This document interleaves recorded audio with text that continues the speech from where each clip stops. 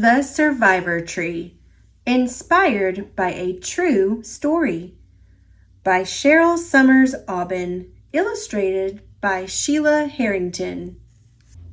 For more than 20 years, a Callery pear tree lived on the World Trade Center Plaza in New York City. On September 11, 2001, the Twin Towers collapsed near her, covering her in debris. The tree lay under the smoking rubble for a month. Then, one day, some of the workers at the site spotted a few of her green leaves showing through the gray concrete and ash. Just like our country, the tree was scared, sad, and in shock, but over time and with great care, she recovered. This is her story. The workers carefully uncovered the tree. They saw that most of her limbs had been sheared off and only a few roots remained. Her trunk was scarred and burned, but her green leaves gave them hope that she could be saved. During the ride on the truck to the nursery, where she would be cared for, the tree listened to the sounds of the city soften until all she heard was the rushing wind and sound of the truck's motor. She felt scared. Everything had changed, and she didn't know what would happen to her. The Callery pear tree watched the city grow smaller in the distance and remembered the first time she had ever seen New York City. On a chilly spring day, some 20 years earlier, the tree had been preparing to move to her new home at the World Trade Center Plaza. Although she liked the quiet nursery, where she had grown from a seed to a sapling to a tree 10 feet tall, she was also very excited about this new adventure. From her perch on the truck, the Callery pear tree couldn't believe all she was seeing and hearing as they approached New York City. Buildings taller than any tree she had ever seen reached clear up to the sky. When they entered the city, she was mesmerized by the sounds of traffic, construction, music playing, and many people talking and laughing. Bright lights flashed around her. The tree tried to hold on to those happy memories and good feelings because she was still feeling scared as she arrived at the nursery. Once she was there, the nursery workers carefully placed her in a hole filled with special fertilizer. As they gently tamped the soft, rich soil around her roots, the tree felt as if she were being wrapped in a warm blanket and started to feel a little safer. Richie, a city parks worker, came toward her and looked at her broken branches, the gashes in her trunk, the ash that still covered her. He saw how very hurt she was and hoped she would live. Richie reached out a hand and laid it on her trunk. "I'll do all I can to help you get better. All I can do to help you heal." The Callery pear tree sensed a deep sadness in everyone around her, and she felt a great sadness too. She doubted things would ever be better again. To make her feel at home in this new place, several workers arrived the next morning with 2 tall stone blocks and several smaller stone blocks. One by one, they quietly placed the stones near her in a memorial shaped like the World Trade Center. After a winter with little snow, spring arrived in the nursery. The ground softened, the air started to warm, and the nursery began to come alive. Richie visited the tree every day. Some days he carefully pruned her, cutting away the damaged parts of her limbs. She knew that Richie was trying to help her heal, but she felt angry he even had to do this, angry that she was so different now from the beautiful tree she had been. She did not want to go through the hard work of healing.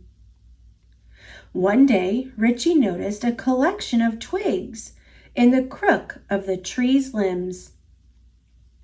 A few days later, he saw a flash of silver descending from the sky, and then a dove appeared with a bit of twine in her beak. She landed near the twigs and added the twine to the nest she was building in the tree. The dove's silver feathers contrasted with the dark bark of the tree. Richie smiled. He felt hopeful for the first time in a very long time. Later that week, Richie spied green buds forming on the tree's branches. His heart filled with joy. He knew at that moment the tree would survive. The tree basked in the spring sun. She loved hearing the birds singing to each other, feeling the sun encouraging her leaves, shaking off the winter cold. Soon she was covered in small white blossoms. Once, when Richie arrived to put down fresh fertilizer, she released a shower of petals that floated down and rested on his hair, making him laugh. One beautiful day, when the sun was warm and the puffy clouds floated lazily across the sky, the Callery pear tree remembered a day on the World Trade Center Plaza, a day just like this one. That spring day on the plaza, puffy clouds had floated by in a bright blue sky. Everyone wanted to be outside. The tree's blossoms were in full bloom, making a wide pool of leafy shade. At lunchtime, a young man carrying a brown paper bag sat down on the end of a bench beneath the tree's canopy. He pulled out a sandwich, cracked open a paperback book, and lost himself reading as he ate his lunch.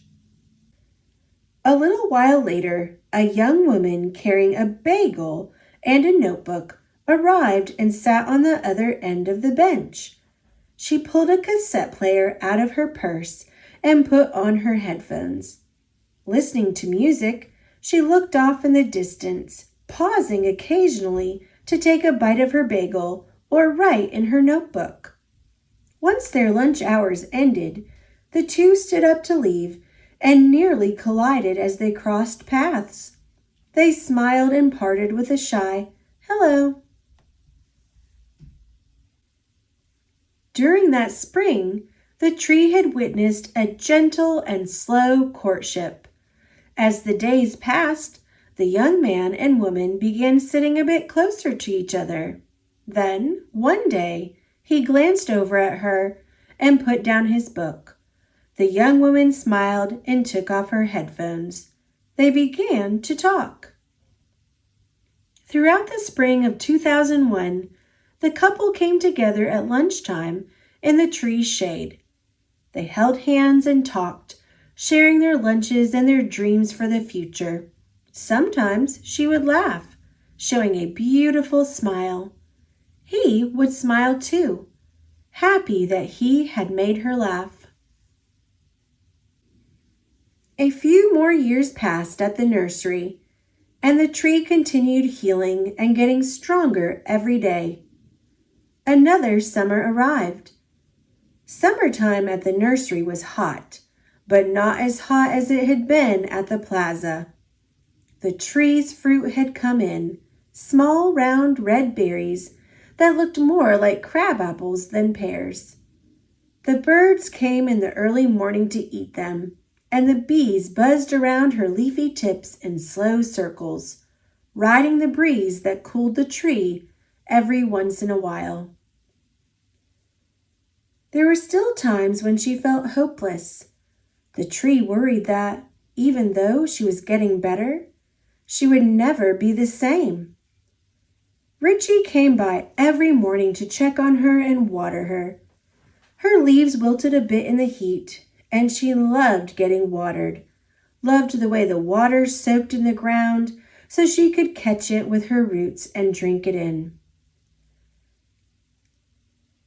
One day, as the Callery pear tree listened to the sound of the water from the hose splashing on the ground, she remembered the World Trade Center plaza and the musical sound of the fountain. It was a summer day, a day just like this one. The summers in New York City had been very, very hot. Her leaves often wilted and drooped. The humid air would sap all the energy out of everyone, including the tree. But she had loved watching the sun reflecting off the windows of the tall buildings, creating bright flashes of light that danced across the plaza, and she had loved the fountain. A huge brass ball had anchored the middle of the fountain's large circle. The water flowed gently outward and then over the sides, making a sound like a gentle brook. Sometimes the water in the fountain was turned on full force, and small spires of water would shoot up in the air a foot or two, then come crashing back down like a waterfall. Children would lean over and splash their hands in the water, and sometimes adults did too. The tree had been most happy in the early summer mornings, just as the sun was lighting the sky. The air was clear, and it seemed as if the fountain were playing just for her. Seasons came and went, and a few more years passed at the nursery. The tree was much stronger and taller now. Another autumn arrived. She welcomed the cooler air, the winds that rose softly, then blew strong, then softly again. Autumn was one of her favorite seasons. Each year at this time, her leaves slowly changed from green to beautiful burgundy, bright red, and soft orange. On a cool, crisp day with clear skies, a New York City firefighter came to visit the tree in the nursery. He approached her slowly, then removed his hat and stood in front of her with his head bowed, traces of tears on his face. He whispered to her, "I know it's been hard for you. It's been hard on all of us, but I want to thank you so much for making it, for surviving." She saw the strength she'd given him and realized that she mattered. With great concentration, she was able to release a single leaf exactly so it fell on his shoulder, tapping him ever so lightly. He looked up at the beautiful colors of her leaves and faintly smiled. Later, as night fell and the evening breeze picked up, she watched her colorful leaves swirling and dancing in the air as they took flight on the autumn breeze. The Callery pear tree then remembered one autumn night on the plaza and the colorful clothes people wore when they came to listen to salsa music and dance, swirling round and round. It had been a very exciting night on the plaza. People from all over New York City arrived, dressed up in bright colors, to hear the salsa music and dance under the stars. The music was electrifying. By the end of the night, the entire plaza was filled with dancers, laughing and singing. When the wind picked up, the tree swayed and imagined she was dancing to the music too. The last winter the tree would spend at the nursery finally arrived. She was about 30 feet tall, strong, and healthy. The scars on her trunk were less visible, but she knew they were there, knew all she had gone through to have come this far. It had only snowed a few days by then, leaving small traces of snow on the ground around her. On one of those days, she watched the snow fall quietly in the nursery. She loved to watch it fall, watch every snowflake, marvel at the beauty of nature and the sky that changed from blue to light gray. When the small, light flakes were falling, flakes that disappeared before they landed, the Callery pear tree remembered a day on the World Trade Center Plaza when people were skating on an ice rink. She remembered a day just like this one. Even though the skating rink had been on the plaza for just a few years, it was one of the tree's favorite winter memories. She had loved watching the skaters on the rink, the people from all over the city who would come there. Sometimes they would take a break and sit on her bench, drinking coffee and watching the other skaters. The skaters glided by at their own pace, faces flushed from the cold, smiling and calling to each other. Some of the more experienced skaters would gather in the middle of the rink to practice turns and jumps. One day, a 6-year-old boy in a red hat tried to learn how to skate. Another day, a family of 6 all held hands and skated together, the youngest child in the middle. Later, one man, showing off for his girlfriend, skated too fast and landed right on his backside.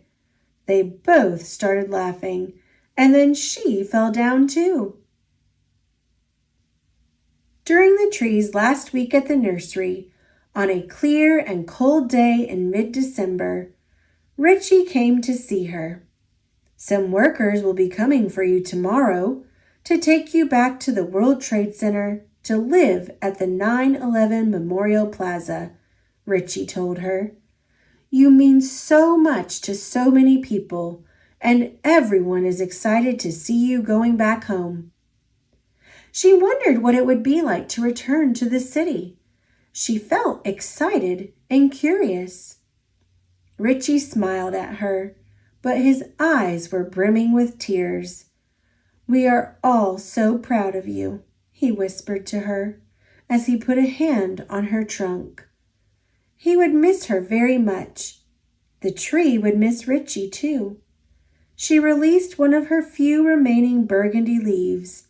It floated gently down and tapped him right on the nose.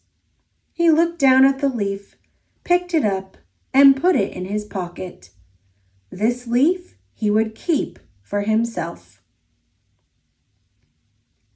The next day, the workers from the nursery dug a large hole around her. It tickled the Callery pear tree's roots a little. The men and women, many of whom had helped care for her all these years, wrapped her root ball in burlap and helped guide her onto the truck. They all said goodbye. When the Callery pear tree approached New York City again, she saw short and tall buildings and lights streaming into the sky.